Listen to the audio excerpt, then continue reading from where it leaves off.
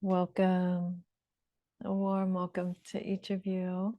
So nice to practice with you today, this beautiful morning or afternoon or evening, wherever you are in the world. Happy to see you. So this is the Sunday Sound of Dhamma program. And as usual for Sundays, I'm going to offer about 10 minutes or so of guided meditation. And then I'll offer a Dhamma talk. And at the end, we'll have some time for comments, questions, any kind of reflections you might have. Y si hay alguna persona que está esperando la interpretación en español, puedes alzar la mano en este momento. No, como que no hay nadie, ¿ok? Claudia? Yeah. See, yeah, but I was thinking, don't you need the recording? Oh, yes, we should do the recording if you want to, if you're willing. Yeah, I forgot about it. Yes. Okay.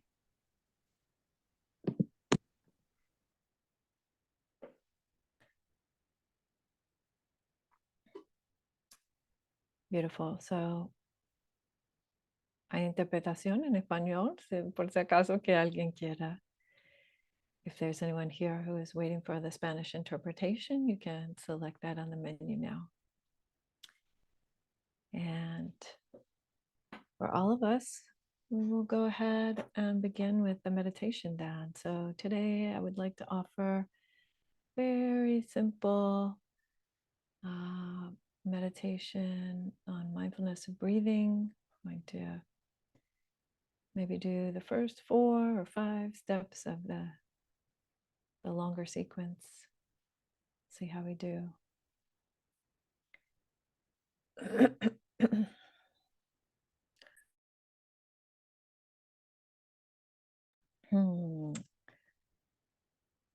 So I like to begin with just a bit of gentle movement of the body and the head.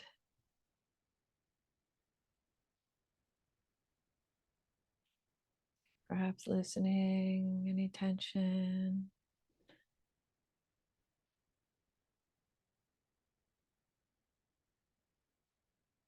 And letting the body find an upright, balanced posture.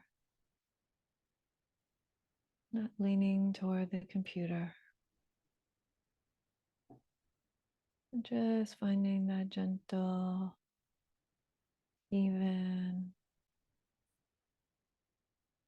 pose in which the bones can carry the weight of the body. And the muscles can soften and relax.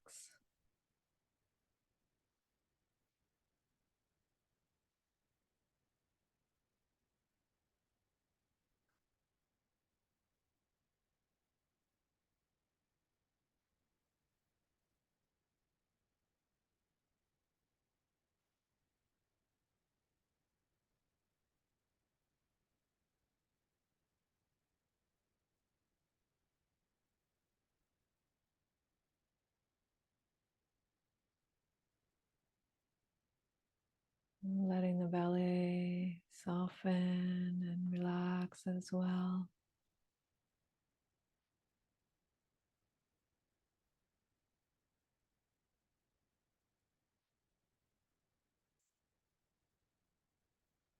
So that the body can settle right here in this place.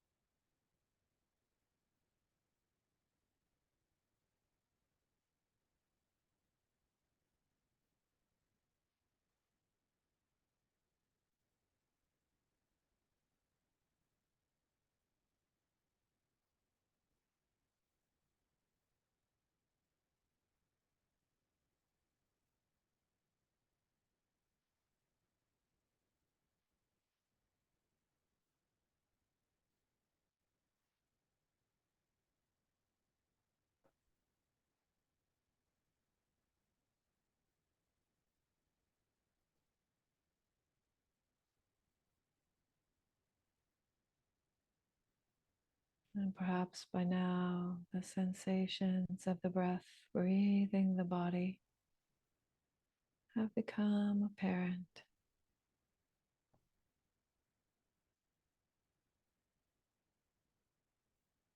Maybe you feel those sensations in the nostrils, or in the throat,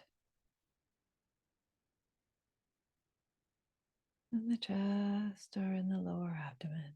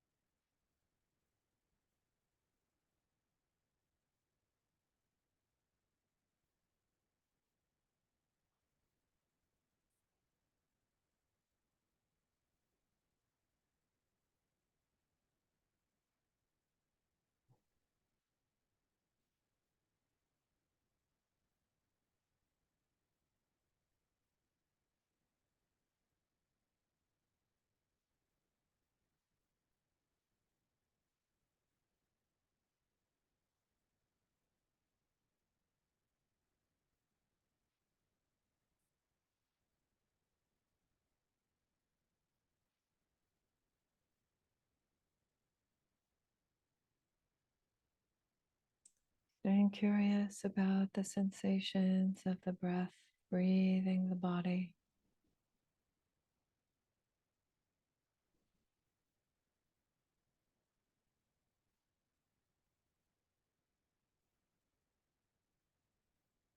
And perhaps noticing the pauses between the parts of the breath. No need to make them any longer or shorter. Just observing those natural moments of stillness between the breaths.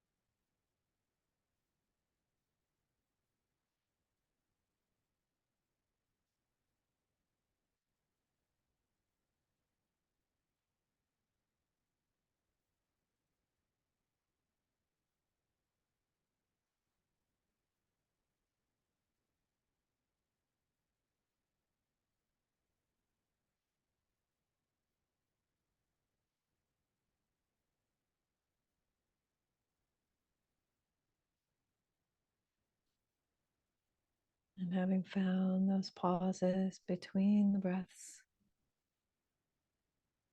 perhaps the mind is willing to ride along, ride along the length of the breath.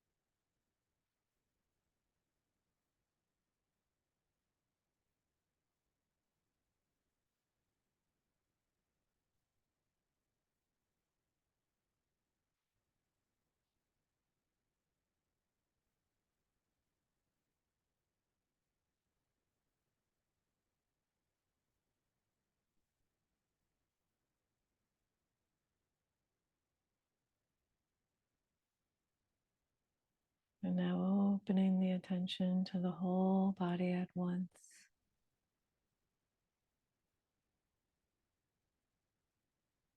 Still aware of the breath, breathing the body.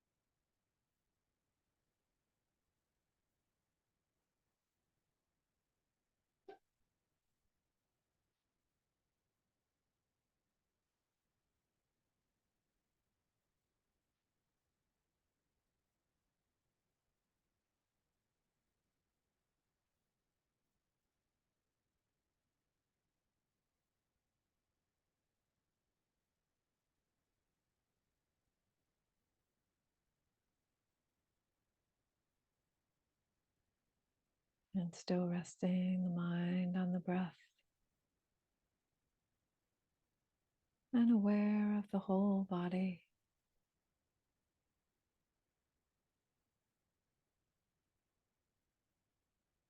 Can allow the body to relax even more, to become very still,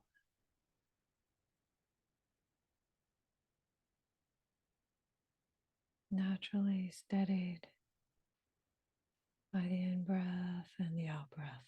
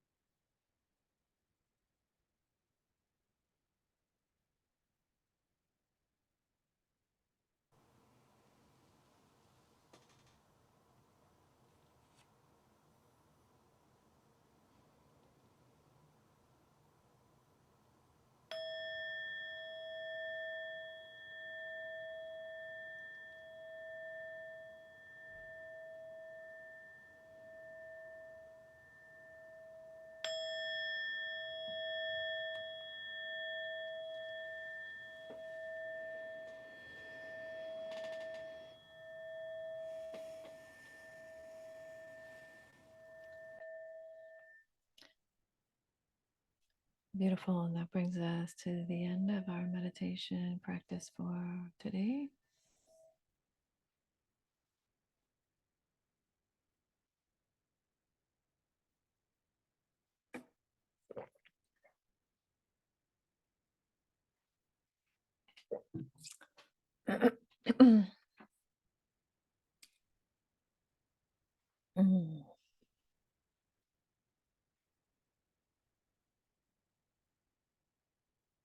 Namo tassa bhagavato arahato samma sambuddhassa. Namo tassa bhagavato arahato samma sambuddhassa. Namo tassa bhagavato arahato samma sambuddhassa. Bhutang dhammang sanghang namasami.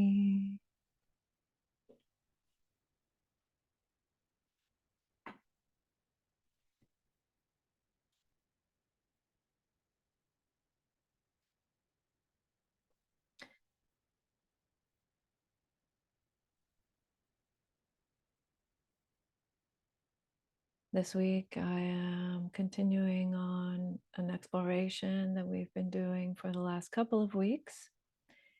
And no need to worry if you haven't been here for both of the last two. We'll help you catch up on our exploration of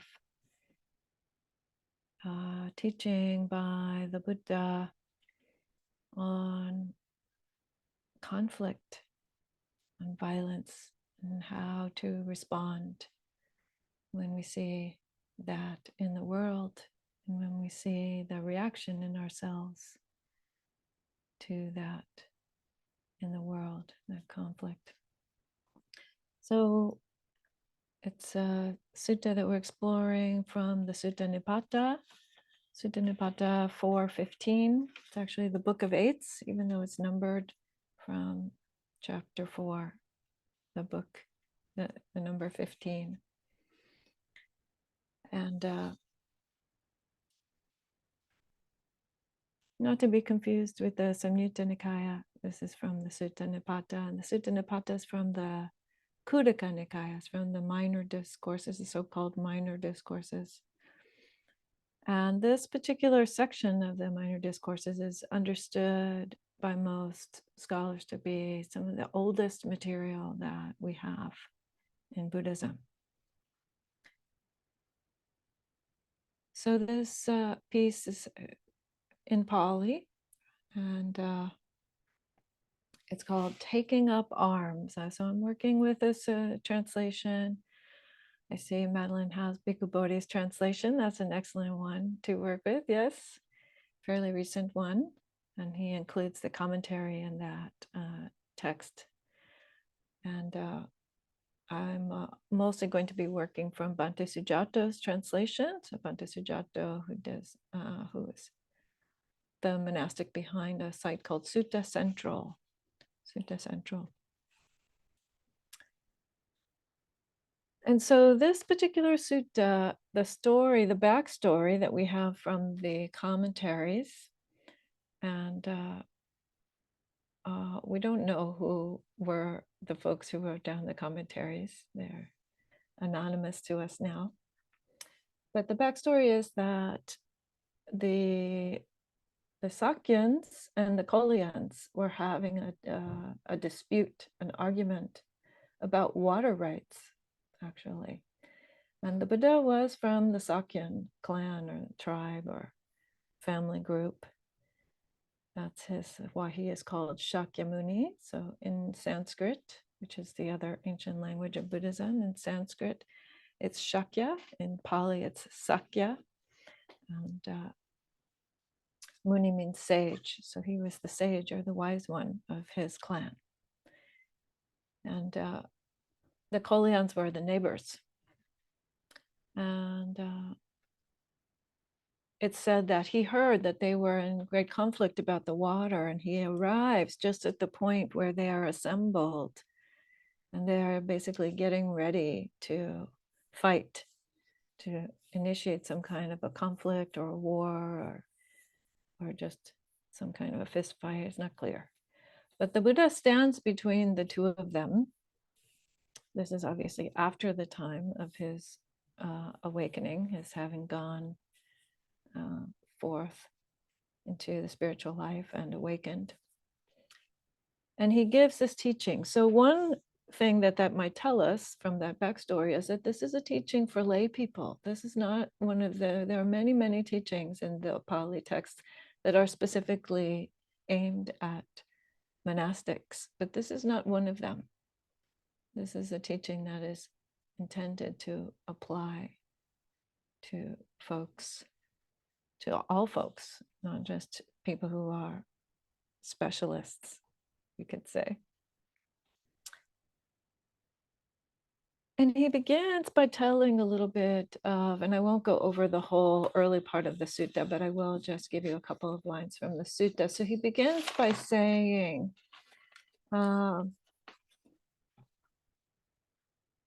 something about his own experience. I just want to use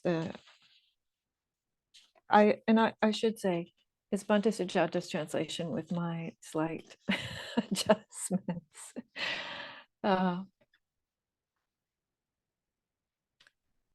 He says, just look at people in conflict.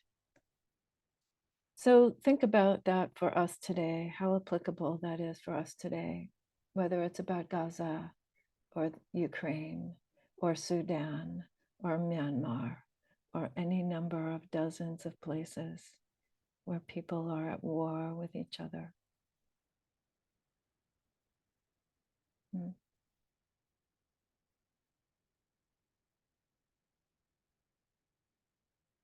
So we stand in the middle of that knowing that there is conflict, there is violence in the world. And the Buddha says, seeing them fight each other, fear came upon me. So he speaks quite honestly from his own experience of fear, of anxiety, of being stirred up by seeing conflict in the world. And he says, even in their settlement, even when they decide to divide things up, they still fight. There's still conflict. And seeing that, I grew uneasy. So again, he's talking about his own stress, his own anxiety, his own fear. Yeah?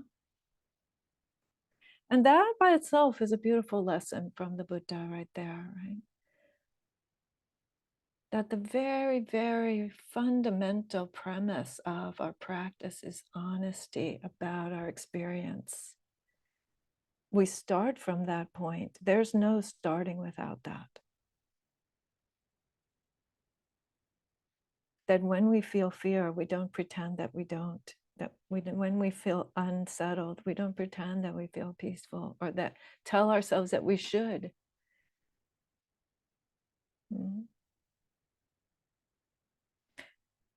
So he says, then I saw. So he turns it around and he talks about an insight that he had. So he turns to look at his own experience and he says, then I saw the dart there, so hard to see, stuck in the heart. So sometimes this word, this Pali word, is translated as arrow or a thorn or a dart, some very sharp, painful thing. He says, I saw that thing stuck in my heart. Or he says also, one sees that, one can see that. He saw it, and we can as well. But when that has been pulled out, you no longer run around or sink down. And then he goes on to give a training. And he gives us a training about how that can be done, how we can attend to our own experience in a way that helps us to pull the dart. So he begins by talking about attachment, right? And I've talked about this before. So he says, whatever attachments there are in the world, don't pursue them. And we should be clear that when the Buddha speaks about relinquishing attachment, it doesn't mean not caring. Our practice is profoundly caring for what we see in our own experience and for what we're seeing in the world. Right? That's why Buddhism is said to be about compassion. So it's not about not caring, but it is about not letting ourselves be dragged around, pushed and pulled by greed, by some fixed definition of who we are. Oh, I'm okay. I'll be okay when I have that car or that house or that particular hairstyle, right? There's a place in the Dhammapada, also part of the minor discourses, where the Buddha says, at his time, and still true today, that even some ascetics, they would stop cutting their hair. And so they would have these long, right? These long matted locks. And he would say, look, they're even proud of their long matted locks. So people can become attached to anything, right? We can allow ourselves to be defined by nearly anything. And non-attachment asks us to see how impossible that is, how restrictive that is, actually. So moving on to the part of this, the sutta that I wanted to speak about today, because we're at nearly the end now. This is our last of 3.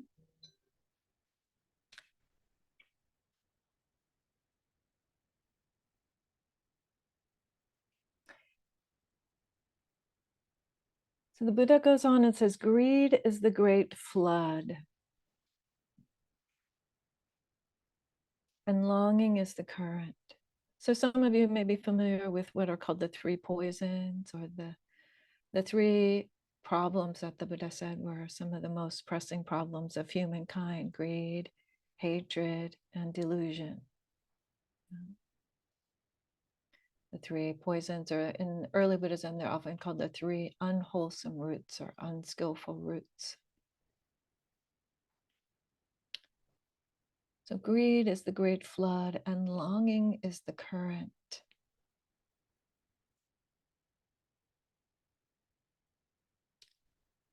The compulsion, or the swamp, the thing we get bogged down in, is sensuality. Sensuality in the sense that always looking for that next hit of something pleasant, right?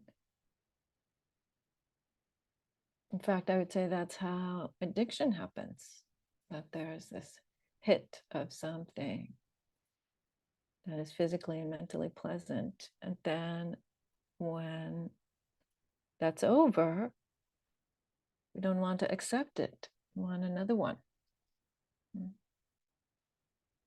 But less extremely, we can move throughout our day, just bouncing around from one attempt at something pleasant to the next. You might notice this sometimes, or something unpleasant happens. This sometimes I can see this sometimes happen, is something unpleasant happens, and then I think, oh, where's the chocolate?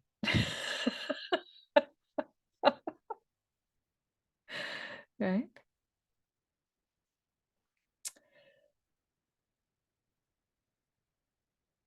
But then moving on. So then the Buddha goes on, he says, the sage, the wise one, never strays from the truth, going back to where he originally started, right? Being honest about the experience that we're having, the experience that's around us, meeting that reality moment after moment as clearly as we can. The Brahmin, so here he's using Brahmin not to mean the caste of people, the category of people tasked with spiritual things in his time in India, but Brahmin meaning spiritually advanced person, stands firm on the shore. So they don't get dragged down into the murky waters of delusion, of confusion, of thinking that somehow that next chocolate is going to make it all better.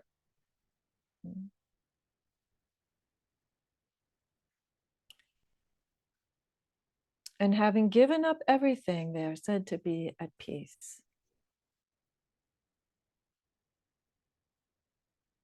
And maybe that doesn't sound so attractive, right? Giving up everything. Wow. I'm not sure I really want to do that, right? That might be what's crossing your mind. But what the Buddha is pointing at here isn't that you force yourself, again, to let go, but rather that when we see with great clarity the nature of experience, the nature of choosing things that bring on suffering, then we very naturally want to let that go. So in an interesting way, it's saying that, and I sometimes refer to this as rope burn. So when you're holding on to something that is actually moving, that is actually impermanent, that is actually going, then it's like rope burn. So maybe you've experienced this when you were a kid, or if you've ever gone sailing, or maybe just heard about it. If the rope is moving through your hands and you're holding on, the tighter you hold on, the more you get injured, right? It's only by letting go that the pain stops. So in an interesting way, when we see suffering in our lives, when we see dukkha in our lives, a difficulty, that anxiety or that discomfort or that fear of seeing conflict in the world, or that desire to initiate conflict perhaps in ourselves, that is the rope burn. That's the message right there. The clinging, that's how you know that there's some clinging happening. That's also why when the Buddha awakened, the very first, what is said to be the very first talk that he ever gave, the Dhammacakkappavattana Sutta, the sutta on the turning of the wheel, the first turning of the wheel,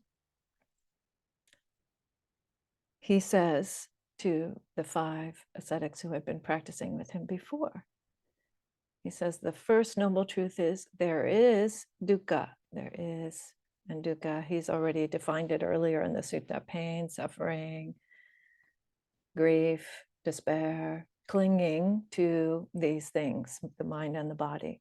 Mm-hmm. He says that that's the first truth that we need to acknowledge. And then he says, and our task with regard to that truth is to understand it. That's our job, actually, to turn toward and investigate and understand the nature of dukkha in our lives.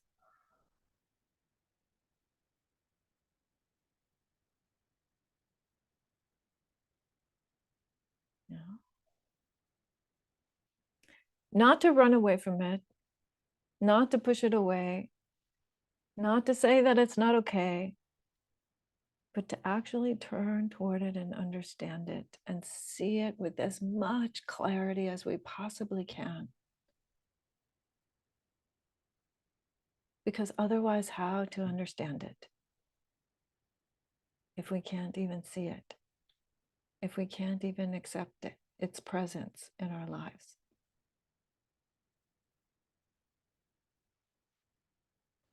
So going on, he says, they are said to be at peace. So why? Because having unfolded, having understood the nature of dukkha, then we see, there are causes for dukkha. And those causes can be relinquished. Those causes can be let go of. We can choose a different way, and we can, by insight, by wisdom, suddenly see the beauty of a life that looks like that. Like understanding that all things that we see in front of us are neither ours nor not ours. They're based on this completely interconnected, interwoven, constantly changing way that life is. So he goes on to say, they truly know, they are a master of knowledge, they understand the teaching, and they are independent in the sense that they don't need another teacher, not independent in the sense that they're a fully contained thing that is no longer affected by the world, right? That would be a terrible state. You don't become a stone when you wake up to the reality of life. It doesn't mean you don't feel anything. Yeah.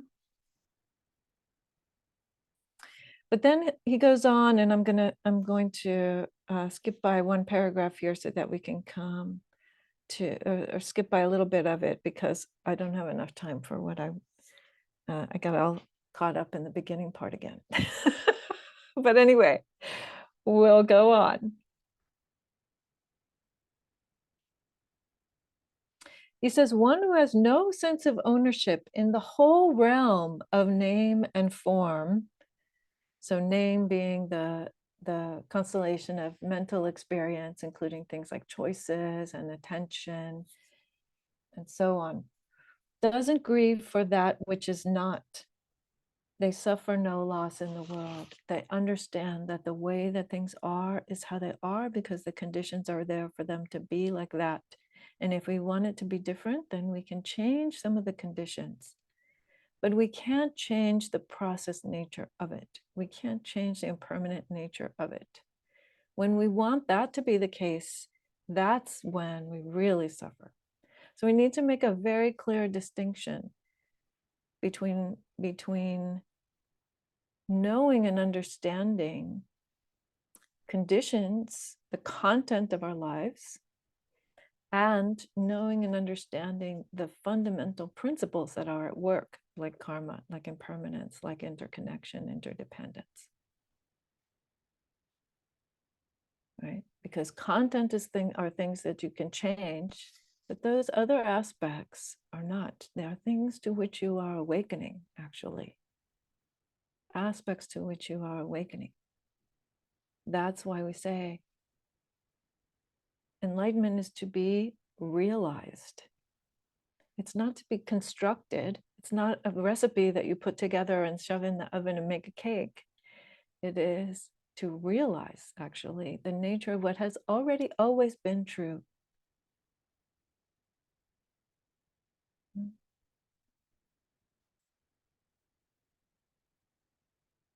And then this final line, which is it is sometimes the most interesting one, and this final paragraph here, and then I'll stop and we can have some dialogue about it.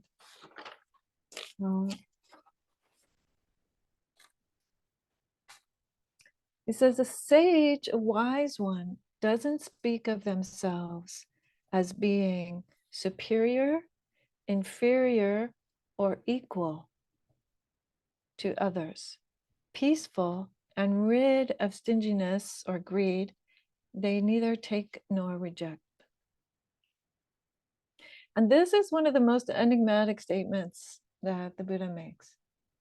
What is it to say neither better than or worse than or equal to any other being? Mm-hmm.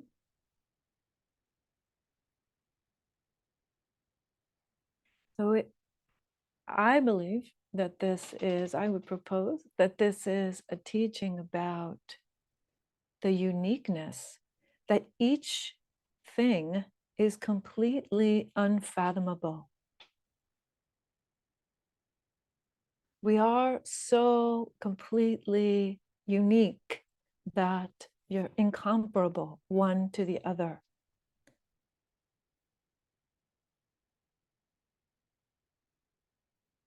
To say higher or lower or equal is to assume that somehow you could wrap your mind around the totality of a being, and that is not the case.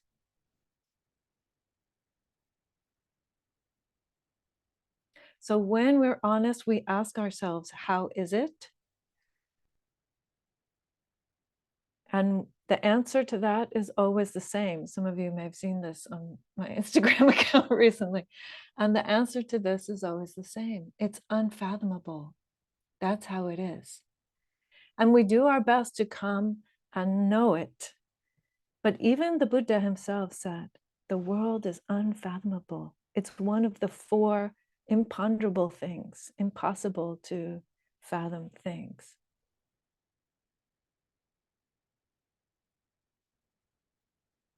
So be respectful, right? Because each person is this incredibly unique thing happening, instance in every moment. And understand that all of these things, they might temporarily belong to us, but we know that in the end they do not. Right? As the saying goes, you can't take it with you.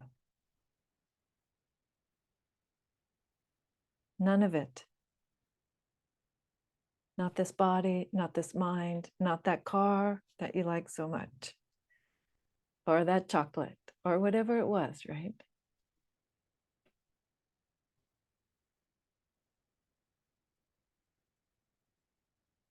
So we find our freedom in our ability to be present with that, in our ability to be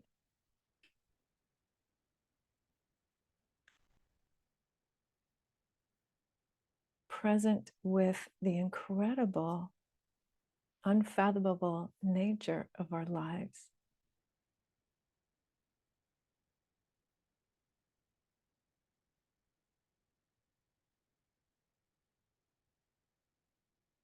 Mm-hmm.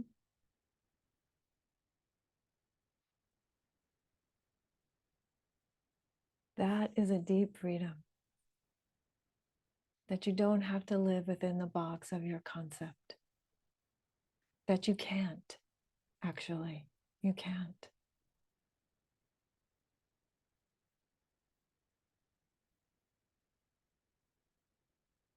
You live in this most amazing world.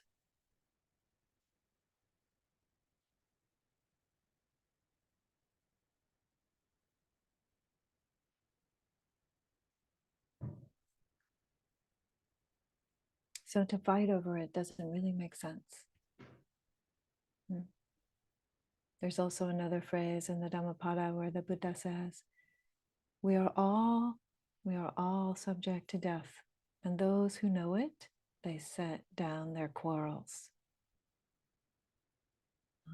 They set down their quarrels.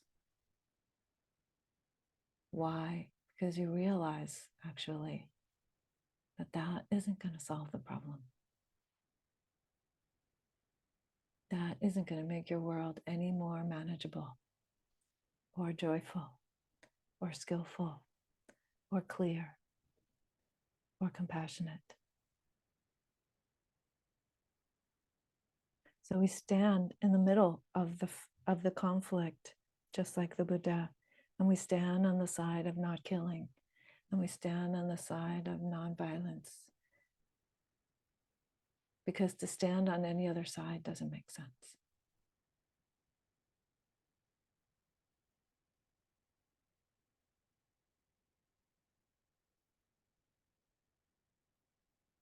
So thank you for your kind attention today.